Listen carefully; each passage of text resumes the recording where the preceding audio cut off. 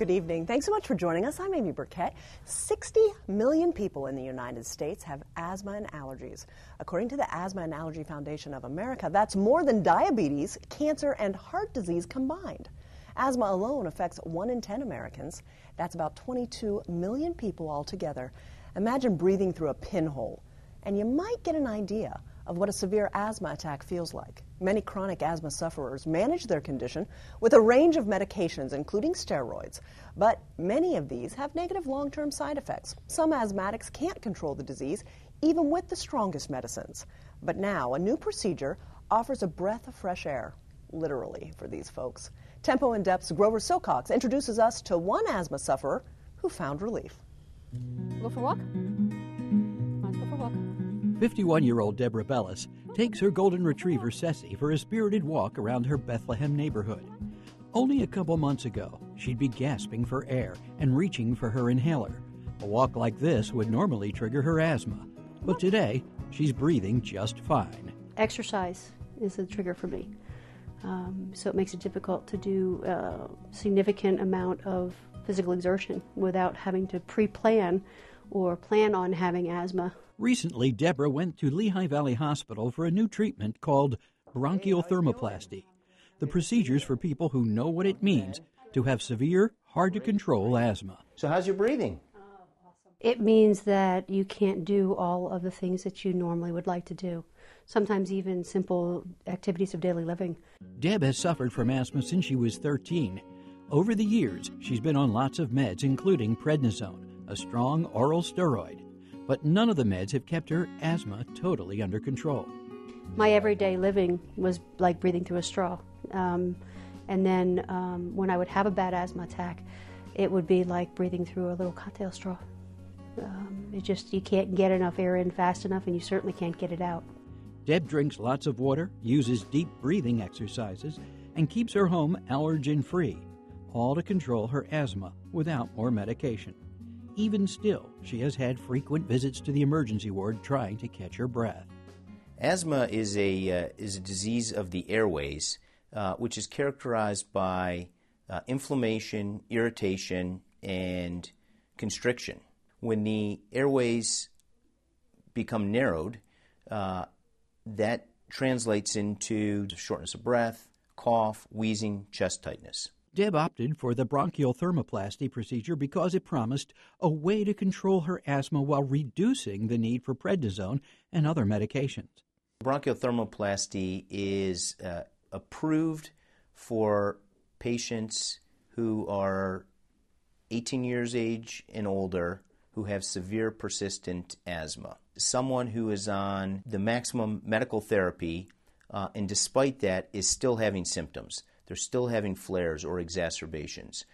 They're still on and off of prednisone. My biggest goal is if I can get the steroids down, that's a bonus. But I don't want to have those monthly bursts or a couple of times a month bursts where I have to go on higher dose steroids. I don't want to be in the emergency room or in the doctor's office because of problems. Bronchial thermoplasty is an outpatient procedure performed in 3 separate 45-minute treatments. The patient's anesthetized while a pulmonologist inserts a bronchoscope through the mouth and into the airways. With the bronchoscope in place, we can insert a thin catheter with a mesh basket that can be expanded. The catheter, when it's in contact with the airway walls, allows us to deliver brief 10-second pulses of thermal or heat energy. The thermal pulses shrink the smooth muscle inside the airways, which are typically thickened and sensitive in asthmatics and causing the airways to tighten. I didn't notice a whole lot of results the first time. I did notice a lot more after the second time.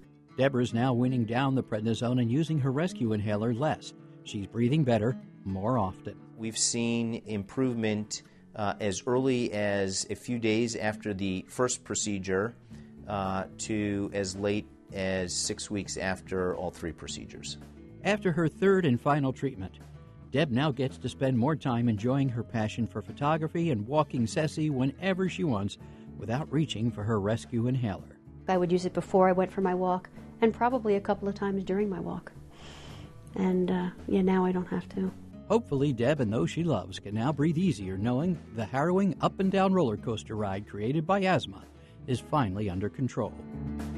For Tempo in Depth, I'm Grover Silcox reporting. Thanks so much, Grover. Now, every day, 44,000 people have an asthma attack. It causes adults to miss work, kids to stay home from school, and sends almost 5,000 people to the emergency room daily. To help us learn more, pediatrician Dr. Laurel Erickson Parsons of St. Luke's University Health Network and Dr. Marcella Nita, a medical director for Patient First Neighborhood Medical Centers, join me now. Doctors, thank you so much for your time. We appreciate it. You know, let's start a little bit with children, and since you're our pediatrician, it's scary. Adults know how to go and ask for help. Mm-hmm. When it's a child, sometimes they don't. And as a parent, I have to imagine that would just be terrifying if you wake up one day and your child's saying they can't breathe. Right. What do adults need to know for those warning signs? Right, so they should be careful to watch for a few things. In older children, adolescents, usually they can tell you, they can say, I'm having trouble breathing, they're coughing a lot, their chest feels tight, they really don't feel well. So in adolescents, it's a lot easier to tell. In the younger children, it can be harder. Most parents grow very astute of the symptoms and they're able to realize it, but usually if they're coughing a lot, if you can actually hear the wheezing, or if you actually see their chest moving faster than usual, those are pretty good symptoms that something's going on. Dr. Nita, talk to us a little bit. It's kind of surprising to see all the new things like we learned in that story just a moment ago, sort of like heart stents that they go in and, you know, open up those arteries and you can breathe better. You can have better heart muscle activity and all those fun things. Things continue to change, but that's still sort of new and not really always covered by insurance. And so what are the standard treatments? The standard treatments for asthma involve using inhalers. There are two types of inhalers, steroid inhaler for chronic treatment, also for a beta blocker inhaler for a short and acute treatments. You can treat this the flare-ups, or you can have also you can treat on a long term using the steroids. Steroids can be also oral. Scary though. Steroids, we've all heard of the negative side effects of steroids. So let's talk about what are some of those concerns with people being on steroids for a long amount of time. The side effects for the inhaler steroids are minimal. Usually it's thrush. Otherwise, for the oral steroids, might be side effects if you use it on a long episodes. If it's you use it for a long time, then you can have adverse reaction, and that those reactions involve cataract, involve getting overweight, sometimes ulcers. In order to prevent this, it's good to use short-term oral therapy, if possible. Dr. Erickson Parsons, talk to us a little bit. What are sort of the next steps in treating this? It seems like asthma's been around for a very long time, and it doesn't seem to be going anywhere. Right. Right. Well, actually, the standard approaches are actually still the best. So the best is to do in every single day for the controller is the inhaled steroids that we do use in children also. And they're actually very helpful, and they can help prevent attacks. Now, some people are worried about side effects, as you said before. The side effects that really have been shown in children with inhaled steroids are going to be just a little bit possibly that they'll be a little bit shorter than they maybe could have been, about a centimeter, which is pretty much almost nothing if you think about it. And when you think about it, using the inhaled steroids actually prevents you from using oral steroids, and that actually will prevent the long-term side effects from the oral steroids. In the short term, we also do use the beta agonist inhalers like albuterol, and they actually work very well too. And those are our mainstays in children. There are a couple other ones like Singulair. There are different inhaled steroid inhalers. There are the inhalers that have the long-acting beta agonists with the steroids that are usually used if more severe asthma. But we really still use all of the same treatments that we've been using for years because they do work pretty well. What about, Dr. Ionita, lifestyle changes? How can that help us?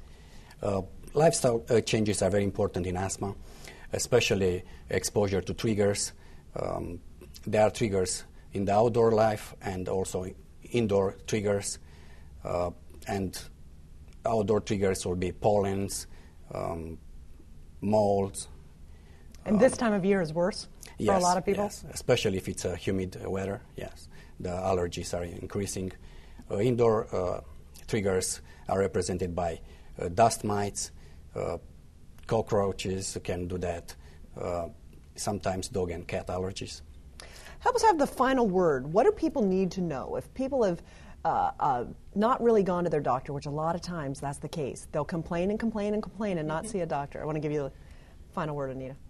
It's very important to check for an asthma, since the symptoms are progressing, sometimes slowly, sometimes faster, and also you can get complications from asthma, even death in the severe cases. So that's so it's very nothing to important. take for granted. Seek out medical attention. Dr. Erickson-Parsons, Yes. what's your last word that you want people to know? So I think for children, if you're prescribed a controller medicine, take it every single day. A lot of people only use it as needed, and it just does not work that way. Other things, you got to watch for your children's triggers. If they have allergies, treat them with allergy medicine. If you smoke, stop smoking. Great information. Dr. Laurel Erickson-Parsons from St. Luke's University Health Network and Dr. Marcel Ainita, Medical Director at Patient First Neighborhood Medical Centers. Thank you, folks, so much for your time and your information. We appreciate it. Well, asthma and allergies often go hand in hand. The Asthma and Allergy Foundation of America's latest report ranked Allentown among the top 100 spring allergy capitals. Allentown landed smack dab in the middle, around number 45, and Philadelphia ranked even higher at number 25. For the millions who suffer from seasonal allergies, tree, grass, and weed pollen trigger the immune system to overreact.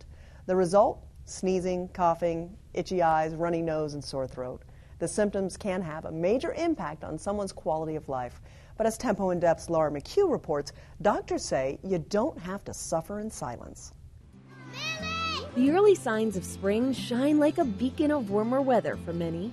But for others, as trees bud, flowers bloom, and fish bite, the new season will bring more than April showers and May flowers. I would have a runny, stuffy nose, sore throat from the postnasal drip. The stuffy nose, the sneezing, the runny eyes, the wheezing, everything. Every spring, and usually it was the first week of May, I started noticing that my eyes were getting itchy and swollen. If those symptoms sound familiar, you may be among 40 million Americans who have seasonal allergies, including Bethlehem's George Samuelson. I'm allergic to pretty much any environmental allergen, the dusts, the molds, the grasses. So if I, was cutting grass or raking leaves or dusting in the house, anything. An avid tennis player, George says he's lived with allergies and asthma most of his life. I go to the gym, we play tennis, I play softball. But when I was a kid, there's probably things I avoided, like I'm not a runner. There were just things I avoided probably because of my asthma, and I didn't know it. I'm looking for that you don't have any polyps or any sinus infection or anything like that. After seeing allergist Dr. Amar Sharma for more than a decade, George no longer lets allergies keep him off the court. As Dr. Sharma looks for signs of irritation in George's nose, he explains that allergies also affect the skin, eyes, throat, lungs, and digestive system. So it depends what the target organ is. The most common that I see mostly would be the nasal symptoms, hay fever symptoms that usually flare up in spring and fall. While the Lehigh Valley isn't the best place to live if you suffer from allergies, Dr. Sharma says it's not the worst either. It's not as bad like Houston, Texas, or Knoxville, Tennessee, but not as good as Denver, Colorado. So we kind of fall somewhere in the middle. In this region, the most common indoor-outdoor allergens include dust mites, pet dander, and seasonal reactions to trees, grasses, and ragweed. While ragweed affects patients in late summer and early fall, grass and tree allergies emerge as the weather turns from cold to warm. Though there's no cure for allergies, Dr. Sharma says there are 3 ways to manage them. First, try to avoid the allergen. Close your windows, use the air conditioning. So there are a whole bunch of things that you can do so that you don't have to suffer and your quality of life doesn't have to suffer. The next option, medication. There are now many available over the counter, but the key is to start taking them at least a week before you notice the symptoms. And you will have a much better response. Then actually wait like 3 weeks and you're sneezing, your eyes are itchy, your throat is itchy and you're miserable. Then it's too late. The final option is called immunotherapy, more commonly known as allergy shots. Every Monday morning, Lisa Culligan visits Dr. Sharma's office to get a needle in each arm. But what the shots do is they help to desensitize my allergies to dogs and cats and dander and pollens and molds and ragweeds and things like that. So I can better tolerate it, and it improves my quality of life. Hi, Freeland. How are you? I'm Lisa. I'm a nurse practitioner.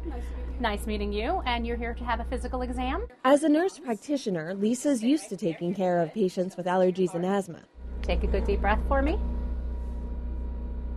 And out. Good. Again. But about 5 years ago, her own allergy symptoms became so severe, they turned the tables on her. When my eyes would swell to the point that I needed to have steroid eye drops, and it was affecting me not being able to come to work, that's when I knew that I needed to start getting allergy shots. I'm taking the nasal spray. Okay. How often? I'm using my Astelin every morning. Since she started allergy shots, Lisa says she's noticed a huge improvement in how her body reacts to the allergens around her. I'm not as congested. My eyes don't swell up anymore for the past 2 years or so. Okay. So I think that the allergy shots are working. Good. And that lets Lisa focus on her patients. I understand you're here for a physical, for a driver's license. Okay. How old are you? 27. Okay. And George work on his surge. For Tempo in Depth, I'm Laura McHugh reporting. Thanks so much, Laura. Well, indoor-outdoor allergies are more common. Food, drug, and insect allergies can cause much more serious and dangerous reactions. To tell us more about food allergies specifically, I'm joined by Patricia LaSalle, an outpatient dietitian with Lehigh Valley Health Network's Hellwig Health and Diabetes Center. We're also joined by registered nurse Kathleen Hawkins, the chair of the Bethlehem Area School District's Health Services Department. Now, according to our research, any food can cause an allergic reaction, but only 8 foods are responsible for the vast majority of them. What are those 8 foods? I know the answer. Milk, soy, eggs, wheat, peanuts, tree nuts, fish, and shellfish. Ladies, thanks so much for your information. Surprising that that's the list. Patricia, talk to us a little bit. Well, those are the 8 common food allergens, and they comprise 90% of all food allergies. We are seeing an increase in food allergies in the past few years, and we're also seeing an increase in peanut allergies, too. Do we know why? We don't know why. There's a lot of controversy, theories, hypothesis, but no one really knows why. The only thing that we do know is that genetics can play a cause in it. So if a person has a family history, a parent that has a food allergy, then that person or child might have a higher risk. You know, Kathleen, this is a tough time. We appreciate you leaving Liberty High School today because you have 3,000 students that you worry about on a day-to-day basis. You know, allergies, is this a huge issue for you in the school district? Yes, we have many students who have to carry EpiPens in school, and that ranges from the youngest in kindergarten and even in our daycare program all the way up through the high school students. And we work really hard to make sure they have their medicine, they keep it where we know it will be in case we need to use it, and that it is not expired. Because that's a big thing. They don't pay attention to the dates, and then if it's expired, it's not going to have the positive outcome that you need it to have. That's true. Unfortunately, EpiPens are extremely expensive, and it's hard for families to understand how important it is to keep that medicine ready, especially if they haven't used it for a whole year. Now it's expired, and they have to go buy a new one. How expensive? Ballpark? Over $100. Ooh, for one. Yes. And you never get, yeah, that's a tough one. You don't want to have to use it, but you also don't want to have to pay for it as well. What are some of the symptoms? Symptoms of food allergies can range from something mild, such as rashes or hives or eczema. Sometimes children with milk allergies have a little bit of redness around their eyes, some GI symptoms, maybe some nausea or diarrhea.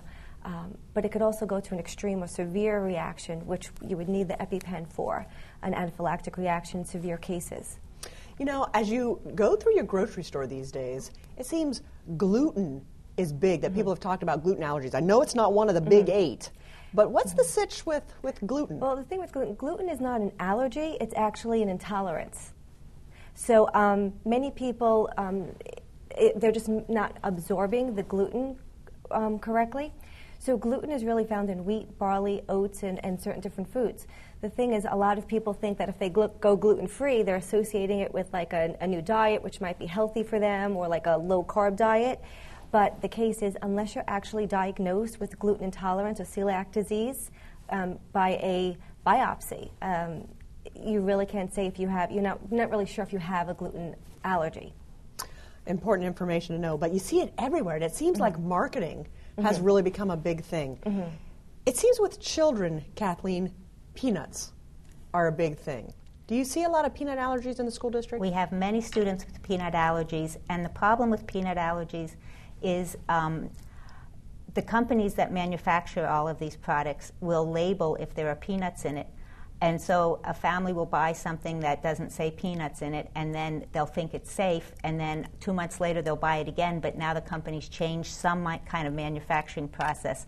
And if the family doesn't bother to check the label again, they now have peanuts, for instance. And plain M&Ms don't have peanuts. However, they're made in a processing plant where there are peanuts for the peanut M&Ms. So you can't eat plain M&Ms if you're allergic to peanuts. So it can become difficult for students who want to share the food that they have in school. And so families really need to spend a lot of time educating their students about what to avoid. I've even seen it, I remember when my son was in elementary school, that you had to be careful as a parent what you brought in for their birthday celebrations because it was so prevalent that peanut allergy was everywhere. That's right. How can families be careful? I know now they don't want you to bring in cupcakes anyhow because of childhood obesity, but what are some things that parents should know when raising their kids with allergies and issues? Education. You need to teach your child what to avoid because no matter what you do, there are peanuts in the world. There are eggs in the world. There is milk. They're all out there. So we really need to spend a lot of time educating. In fact, the American Academy and the Family Network are really pushing that people are educated now instead of just avoidance. Avoidance is very important, but education is the #1 thing so that kids learn how to live in the world. We can ask the airplanes not to have peanuts on them, but you can't guarantee that somebody won't bring peanuts with them. So you really need to educate students and the kids to pay attention to what they're doing. Patricia, help people understand, how do we diagnose? Well, diagnosis is if a person has an allergy or they think they might have some symptoms of a food allergy, the first step is to go to their primary doctor and talk to them, and then they can help them to find an allergist. And at the allergist, they'll do a setup between a medical history and certain types of like skin prick testing and blood testing. And taking a history, they could help them to determine if they have a food allergy and what degree it is. Great information, ladies. Patricia LaSalle, outpatient dietitian with Lehigh Valley Health Network, and Kathleen Hawkins from the Bethlehem Area School District. We appreciate your time and information so very much. Thank you. Thank you. Well, for more information on tonight's topic, visit AAFA.org, the Asthma and Allergy Foundation of America's website. You can check out the full list of spring allergy capitals and find full articles on all kinds of allergies. You can also check out their partner site, kidswithfoodallergies.org. There you can find recommendations for allergy-friendly foods as well as an online support network for families raising kids with food allergies. Finally, you can research asthma at lung.org, the American Lung Association's website.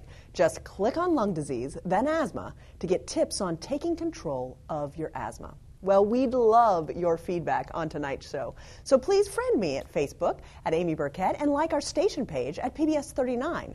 There you can keep up to date with new episodes and station events and send us your story ideas for the future. Well, we have so many great things planned for you in the future. We hope to see you in our studio audience very soon. Thanks so much for joining us, and we look forward to seeing you back here again next time. Good night.